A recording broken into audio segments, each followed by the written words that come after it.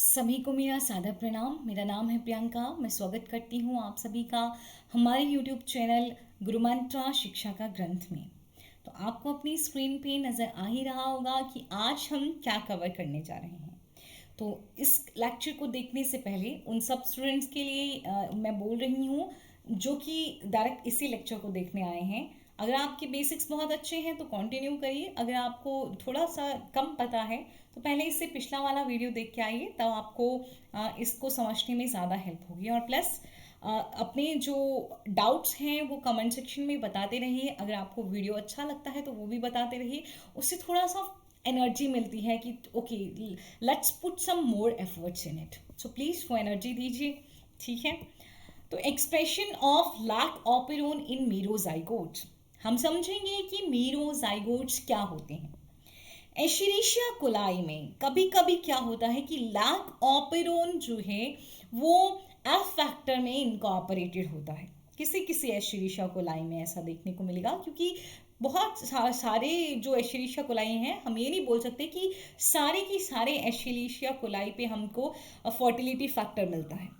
तो जिन पे भी होगा उनमें कई बार लैक ऑपेरोन जो है एफ फैक्टर में हमको इनकॉर्पोरेटेड मिलता है।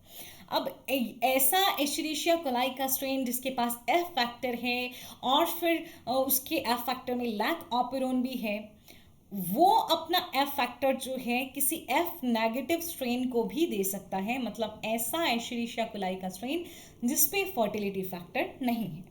अब ये बिना फर्टिलिटी फैक्टर वाला स्ट्रेन, एफ नेगेटिव स्ट्रेन जो है, इसके पास एफ फैक्टर आ गया जिसमें लैक ऑपेरोन भी इनकॉर्पोरेटेड है।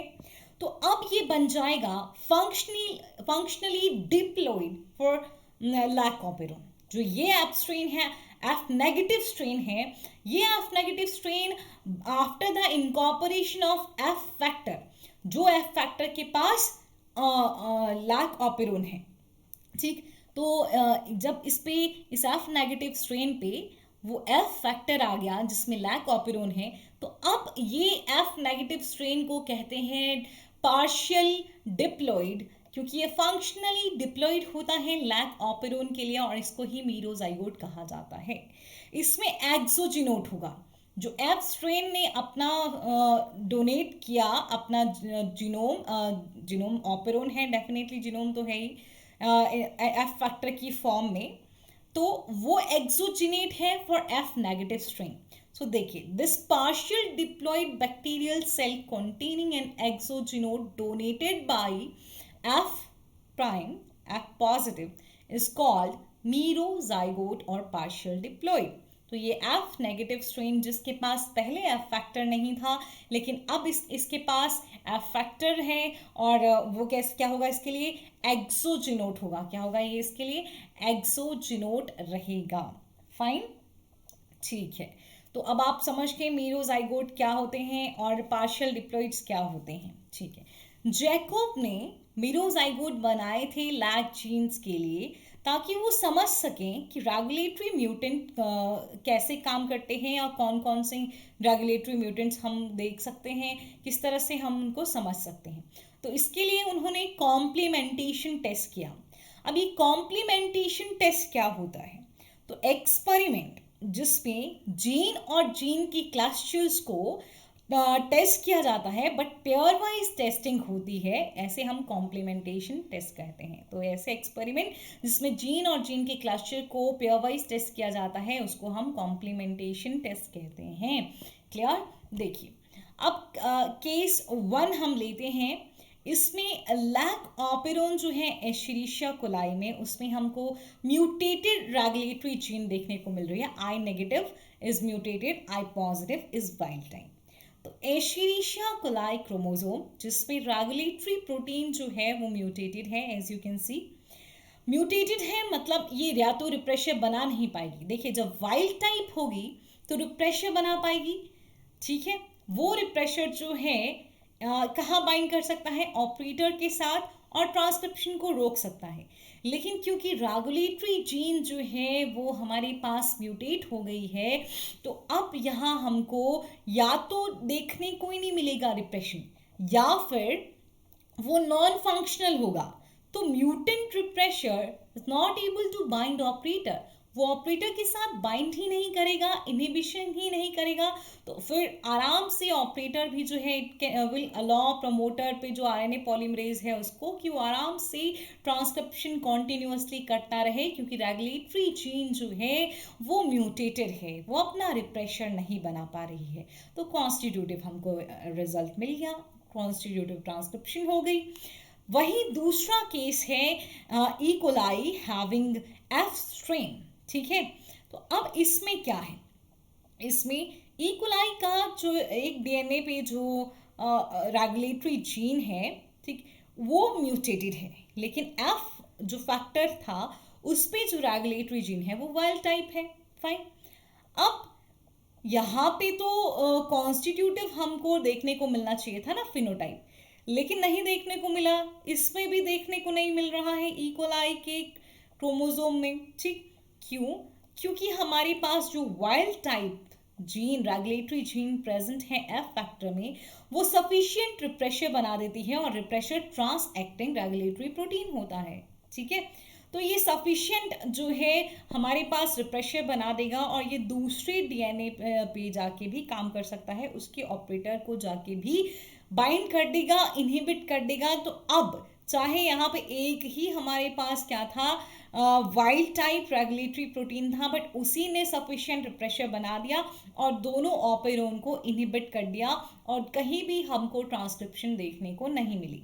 इतना क्लियर हो गया बिना कंफ्यूजन के? ठीक है। नेक्स्ट केस देखिए। अब इस वाला एशेरिशिया कोलाई जो है, यहाँ पे हमने इसका ऑपरेटर रीजन जो है उसमें म्यूटेशन देखना है कि उसमें म्यूटेशन हो जाए तो क्या होगा। पहला केस नॉर्मल ई कोलाई है। अब यहाँ पे आई जीन जो है वो कैसा है, नॉर्मल है, लेकिन हमारे पास जो ऑपरेटर है, ऑपरेटर कैसा है, म्यूटेटेड है, म्यूटेटेड फॉर्म है ये, ठीक है।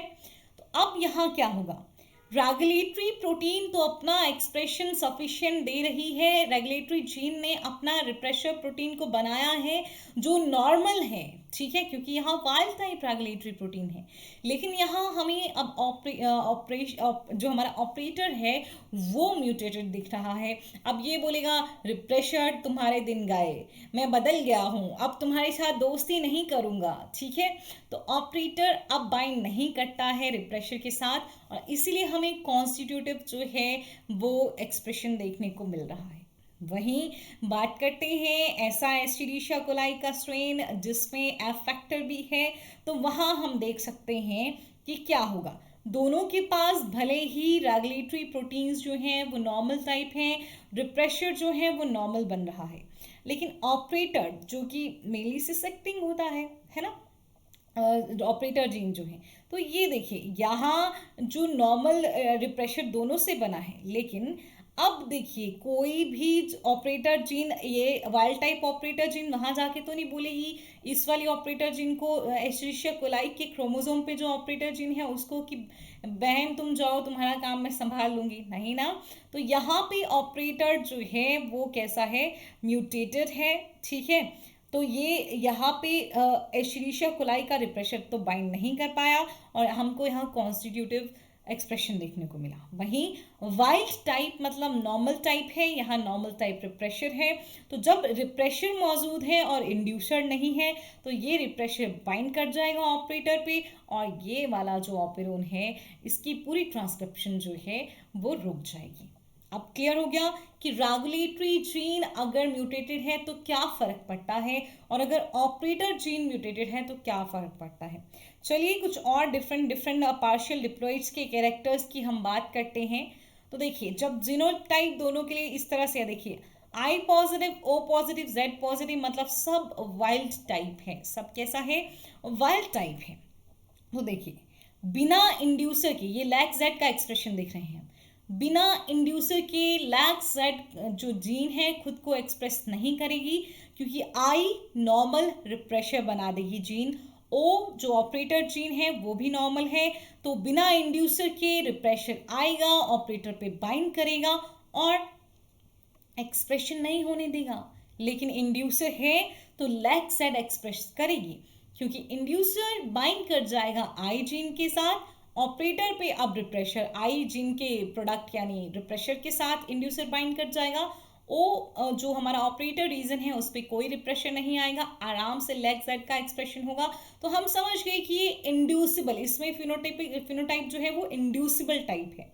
वहीं रेगुलेटरी जीन जो है म्यूटेट हो चुकी है, तो अब वो क्या करेगी, अब वो रिप्रेशर या तो बनाएगी ही नहीं या तो नॉन फंक्शनल बनाएगी। अब अगर इंड्यूसर नहीं भी है तब भी रिप्रेशर का कुछ काम नहीं होगा, वो ऑपरेटर रीजन के साथ नहीं बाइंड करेगा। तो बिना इंड्यूसर के भी हमको लेग जेड का एक्सप्रेशन देखने को मिलेगा और इंड्यूसर के साथ भी हमको लेग जेड का एक्सप्रेशन देखने को मिलेगा। तो this is constitutive type of what, constitutive मतलब कॉन्सेंट्रेट पे सिंथेसिस देखने को मिल रही है ना, इसीलिए।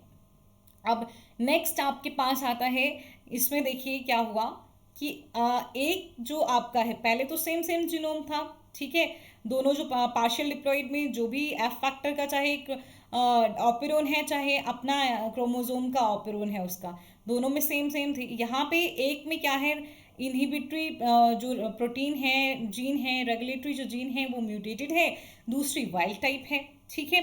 तो देखिए अब क्या होगा, बिना इंड्यूसर के ये एक्सप्रेशन नहीं देगा, लेग जेड जो जीन है वो एक्सप्रेशन नहीं देगी।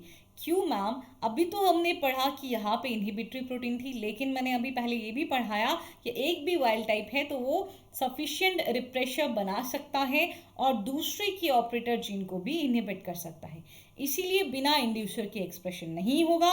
और एक्सप्रेस जो अब हमारे पास इंड्यूसर है तो लेग जेड का एक्सप्रेशन हमको देखने को मिलेगा। तो ये भी क्या हो गया, इंड्यूसिबल फिनोटाइप। अब यहाँ पे देखेंगे तो ऑपरेटर रीजन जो है वो म्यूटेटेड है। अब ऑपरेटर रीजन म्यूटेटेड है तो डजेंट मैटर कि जो हमारे पास रेगुलेटरी जीन है वो म्यूटेटेड है या नहीं, क्योंकि ऑपरेटर अब बाइंड ही नहीं करेगा उसके साथ, चाहे अब इंड्यूसर है या नहीं है, ठीक है। तो हमको एक कॉन्स्टिट्यूटिव फिनोटाइप ही देखने को मिलेगा। अब ये केस क्या है, इसमें आई जीन दोनों में क्या कैसा है, वाइल्ड टाइप है। एक में ओ जीन हमारे पास ऑपरेटर जीन म्यूटेटेड है और एक में हमारे पास लेग जेड जीन ही म्यूटेटेड है। यहाँ पे भी हमको एक्सप्रेशन जो है कैसा देखने को मिलेगा, कॉन्स्टिट्यूटिव क्यों, देखिए आई तो पहली बात, आई जीन दोनों की कैसी है बताइए, आई जीन दोनों की ही हमारे पास रेगुलेटरी है या नहीं, रेगुलेटरी प्रोटीन जो है वाइल्ड टाइप है वो अपना काम करेगी।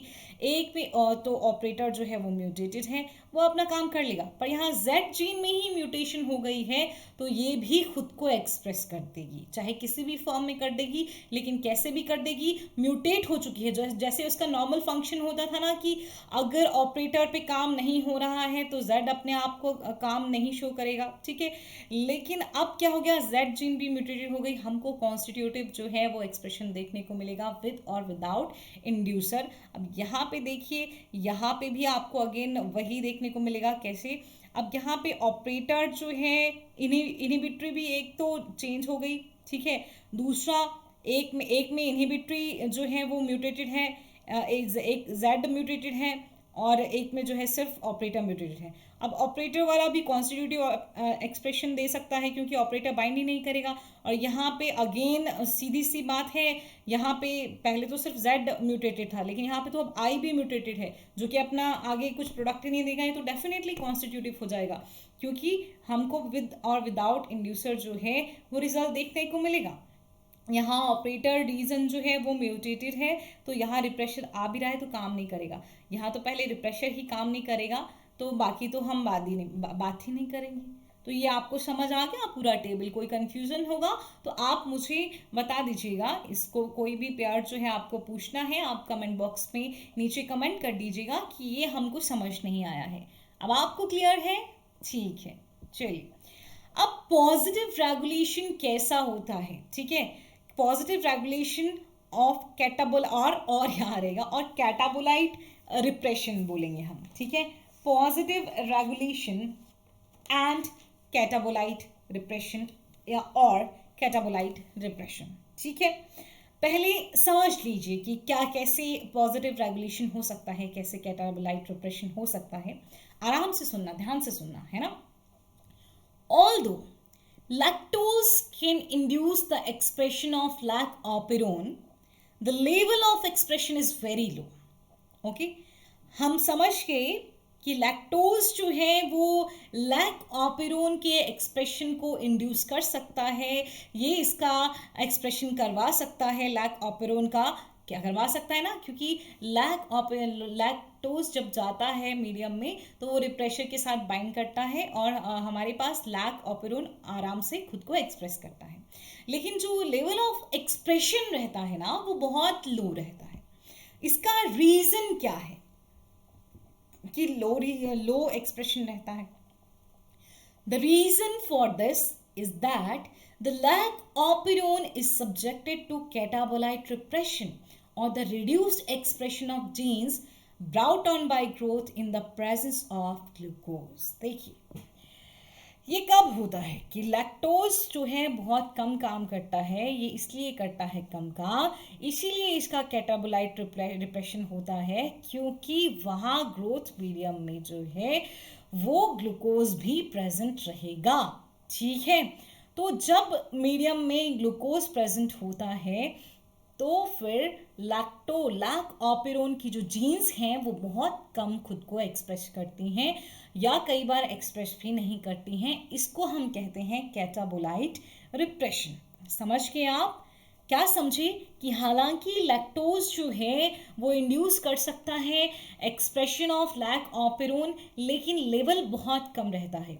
अगर एशेरिशिया कोलाई को ऑप्शन दिया जाए कि ग्लूकोज है और लैक्टोज है, तुम्हारा फेवरेट कौन होगा, तो वो लैक्टोज के पास नहीं ग्लूकोज के पास भाग भाग के बोलेगा glucose glucose glucose is my favourite, lactose is not my favourite. मैं तो लैक्टोज को तब यूज करता हूँ एनर्जी के तौर पे जब ग्लूकोज नहीं मिल रहा है। ठीक है, तो डेफिनेटली फिर वो ग्लूकोज को एनर्जी सोर्स की तरह काम करेगा, तो फिर लैक्टोज को ब्रेक डाउन करने की ज़रूरत नहीं होगी ना। लैक्टोज को भी तो ब्रेक डाउन किया जाता है, जो हमारे पास ट्रांसक्रिप्शन का प्रोडक्ट आता है बीटा गैलेक्टोसाइडेज, वही तो ब्रेक डाउन करता है ना लैक्टोज को। ठीक, तो जब हमें लैक्टोज का ज़रूरत ही नहीं है, ग्लूकोज काम कर रहा है, तो वो जीन्स अपना एक्सप्रेशन को रिड्यूस कर देंगी और इसी को हम कैटाबोलाइट रिप्रेशन कहते हैं। और यहाँ कैटाबोलाइट रिप्रेशन जो है वो हमारे ग्लूकोज मॉलिक्यूल की वजह से हुआ है।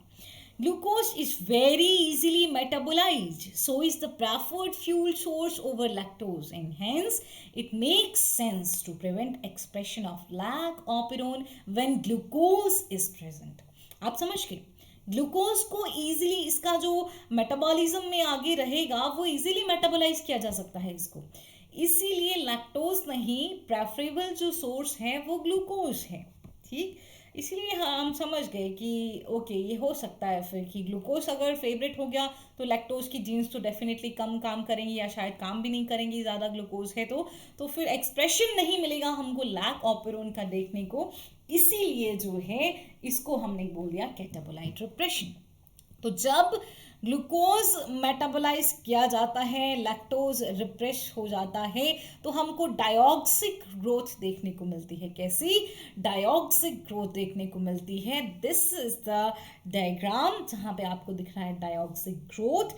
देखिए ग्लूकोज एक, और यहाँ पे देखिए रिलेटिव लेवल बताया गया है बीटा गैलेक्टोसाइडेज का टाइम के साथ साथ। अगर ग्लूकोज है तो बीटा गैलेक्टोसाइडेज नहीं है। जैसे ही ग्लूकोज एग्जॉस्ट होने लगा, खत्म होने लगा, तो अब क्या मीडियम में बढ़ जाएगा? ग्लूकोज खत्म होगा तो मीडियम में लैक्टोज बढ़ जाएगा, और लैक्टोज बढ़ेगा। देखिए बीटा गैलेक्टोसाइडेज ग्लूकोज के खत्म होते ही अपना काम करना शुरू कर देगा। ठीक, और लैक्टोज को फिर ब्रेक डाउन करेगा वापस से ग्लूकोज में। तो जैसे जैसे ग्लूकोज खत्म हुआ है बीटा गैलेक्टोसाइडेज का लेवल बढ़ा है, तो ये है डायोक्सिक ग्रोथ। ठीक है, अब समझ, पहले कैटाबोलाइट रिप्रेशन समझ आ गया, अभी हाँ मैम कैटाबोलाइट रिप्रेशन समझ आ गया, लेकिन अब ये भी समझा दो कि पॉजिटिव रेगुलेशन कैसे हुआ। फाइन, चलिए, जो स्ट्रेंथ होता है ना प्रमोटर का, the strength of promoter is determined by its ability to bind RNA polymerase and to form an open complex. किसी भी प्रमोटर का स्ट्रेंथ माना जाता है कि उसमें कितनी एबिलिटी है आरएनए पॉलीमरेज से जुड़ने की। जितनी ज़्यादा एबिलिटी उसमें आरएनए पॉलीमरेज से बाइंड करने की होगी और जितना फिर अच्छे से एक ओपन कॉम्प्लेक्स फॉर्म होगा, वो टोटल मिला के ability to bind RNA polymerase and to form an open complex, वो प्रमोटर की स्ट्रेंथ माना जाता है। अब प्रमोटर जो होगा लैक ऑपेरोन का is weak and consequently the lac operon is poorly transcribed upon induction. ठीक है, तो प्रमोटर जो है लैक ऑपेरोन का वो थोड़ा वीक होता है, क्योंकि उसमें हमारे पास पढ़ी थी आपने सब यूनिट्स भी। ठीक है, तो कंपेरेटिवली थोड़ा वीक लैक ऑपेरोन का प्रमोटर है, और इसीलिए इंडक्शन के बाद भी जो उसमें ट्रांसक्रिप्शन होता है वो बहुत अच्छा नहीं होता है। ठीक है, अब देखिए प्रमोटर के upstream there is a binding site, और ये बाइंडिंग साइट है कैटाबोलाइट एक्टिवेटर प्रोटीन यानी कि CAP। इसी को हम साइक्लिक AMP रिसेप्टर प्रोटीन भी कहते हैं, और CRP। तो कभी आप CAP पढ़ेंगे, कभी आप CRP पढ़ेंगे, कैटाबोलाइट एक्टिवेटर प्रोटीन पढ़ सकते हैं या साइक्लिक AMP रिप्रेसर प्रोटीन पढ़ सकते हैं। तो प्रमोटर के अपस्ट्रीम जो है ये बाइंडिंग साइट रहती है। ठीक, तो जब जो हमारे पास कैटाबोलाइट एक्टिवेटर प्रोटीन है ये बाइंड करती है DNA के साथ, ठीक, उस प्रोमोटर रीजन से अपस्ट्रीम जो सीक्वेंस है उसके साथ बाइंडिंग करेगी ना, तो RNA पॉलीमरेज जो है वो ज़्यादा इफेक्टिवली बाइंड कर सकता है, और ज़्यादा इफेक्टिवली जब बाइंड करेगा तो ट्रांसक्रिप्शन ऑफ लैक ऑपेरोन जो है वो बहुत ज़्यादा बढ़ जाएगी। अब ये हुआ ना पॉजिटिव रेगुलेशन, ध्यान दीजिए। अब बताइए ये पॉजिटिव रेगुलेशन है या नहीं है। मैंने आपको कहा था कि अगर आप लेक्चर्स कॉन्टिन्यूसली देख रहे हैं तो आपको पता होगा, मैंने कहा था अपस्ट्रीम और डाउनस्ट्रीम बहुत सारे सीक्वेंसेस होते हैं जो एनहांस करने का काम कर सकते हैं, जो रिड्यूस करने का काम कर सकते हैं। ठीक है, तो देखिए इन साइक्लिक जो हमारे साइक्लिक AMP रिसेप्टर प्रोटीन है या कैटाबोलाइट एक्टिवेटर प्रोटीन है, ये बाइंड करती है एक सीक्वेंस पे जो प्रेजेंट है प्रमोटर रीजन के अपस्ट्रीम, और फिर जब ये बाइंड करती है, ये जैसे ही बाइंड करती है DNA थोड़ा सा डिस्टॉर्ट होता है, RNA पॉलीमरेज ज़्यादा अच्छे से बाइंड करता है वहाँ पे, और लैक ऑपेरोन का जो ट्रांसक्रिप्शन है वो बहुत एनहांस हो जाता है। अब CAP का बाइंड करने के लिए, in order to bind the catabolite activator protein must bind cyclic AMP। तो उस सीक्वेंस से बाइंड करने से पहले साइक्लिक AMP से बाइंड करना जरूरी होता है, जो एक सेकेंड मैसेंजर है सिंथेसाइज्ड फ्रॉम एडेनिन ट्राइफॉस्फेट। कौन सा एंजाइम सिंथेसाइज करता है? Adenylate cyclase. ओके, ATP से साइक्लिक AMP बनता है by the help of enzyme adenylate cyclase. तो इससे पहले की जो हमारे पास कैटाबोलाइट एक्टिवेटर प्रोटीन है या CAMP रिसेप्टर प्रोटीन है, इससे पहले कि वो प्रमोटर से अपस्ट्रीम जो सीक्वेंस है उस पर जुड़े, उससे पहले वो साइक्लिक AMP के साथ जुड़ेगी। ठीक है, तो जब ग्लूकोज का प्रेजेंस होता है ना, तो सर्कुलेटिंग जो साइक्लिक AMP का लेवल है वो बहुत लो होता है, और consequently the initiation of transcription from the lac operon is very low. ठीक है, तो अल्टीमेटली हमको क्या देखने को मिलता है कि अगर ग्लूकोज है तो जो सर्कुलेटिंग साइक्लिक AMP होगा वही कम होगा। अब साइक्लिक AMP नहीं होगा तो फिर जो हमारी साइक्लिक AMP रिसेप्टर प्रोटीन है वो बाइंड नहीं कर पाएगी प्रोमोटर रीजन के अपस्ट्रीम सीक्वेंस पे, वो बाइंड नहीं कर पाएगी, तो ट्रांसक्रिप्शन एनहांस नहीं होगी। ठीक है, लेकिन अगर हमारे पास क्या होता है, अगर इसका लेवल जो है ग्लूकोज का लेवल जो है वो कम होगा, तब ये थोड़ा अच्छे से काम कर पाता है। तो in the presence of glucose circulating cyclic AMP levels are very low and consequently the initiation of transcription from the lac operon is very low. As glucose level decreases, the concentration of cyclic AMP increases, activating our catabolite activator protein or CAMP receptor protein. वो further bind करता है cap site पे, transcription को stimulate करता है। तो हम समझ गए कि साइक्लिक AMP और कैप या CRP कॉम्प्लेक्स जो है वो एक पॉजिटिव रेगुलेटर होता है। फिर भी मेनली जो हम कहते हैं हाँ हाँ, तो हम समझ गए कि लैक ऑफ आयरन में हमको पॉजिटिव रेगुलेशन भी देखने को मिलती है, नेगेटिव रेगुलेशन भी देखने को मिलती है। मेनली इसको नेगेटिवली रेगुलेट किया जाता है। मेनली कैसे रेगुलेट किया जाता है? नेगेटिवली। लेकिन साइक्लिक एएमपी जो cyclic AMP receptor protein complex है वो पॉजिटिव रेगुलेशन भी करवा रहा होता है, क्योंकि सीआरपी एक्टिवेटर प्रोटीन की तरह काम करती है। हमने पढ़ा था कि जब भी कोई एक्टिवेटर प्रोटीन होगा, एनहांस कर रहा होगा, वो पॉजिटिव रेगुलेशन होगी। अगर कोई साइलेंसर होगा, इनहिबिट कर रहा होगा, तो वो नेगेटिव रेगुलेशन हो जाएगा। तो हमको देखने को मिल गया पॉजिटिव रेगुलेशन भी और नेगेटिव रेगुलेशन भी। तो हम समझ गए ग्लूकोज का लेवल जब कम होता है तब साइक्लिक एएमपी ज़्यादा होता है। जब साइक्लिक एएमपी ज़्यादा है तो वो अपने receptor protein, cyclic AMP receptor protein या कैटाबोलाइट एक्टिवेटर प्रोटीन जो है उसके साथ बाइंड कर जाता है, और वो प्रोटीन जाके बाइंड करती है डीएनए पे जो सीक्वेंस है उसके साथ, फिर एनहांस होगा, फिर जो है थोड़ा सा डिस्टॉर्शन होगी डीएनए की, और आरएनए पॉलीमरेज अच्छे से बाइंड करेगा अपने प्रमोटर रीजन के साथ और फर्दर अच्छे से ट्रांसक्रिप्शन होगी। तो समझ गए आप कि कैसे जो है पॉजिटिव रेगुलेशन होता है। क्लियर?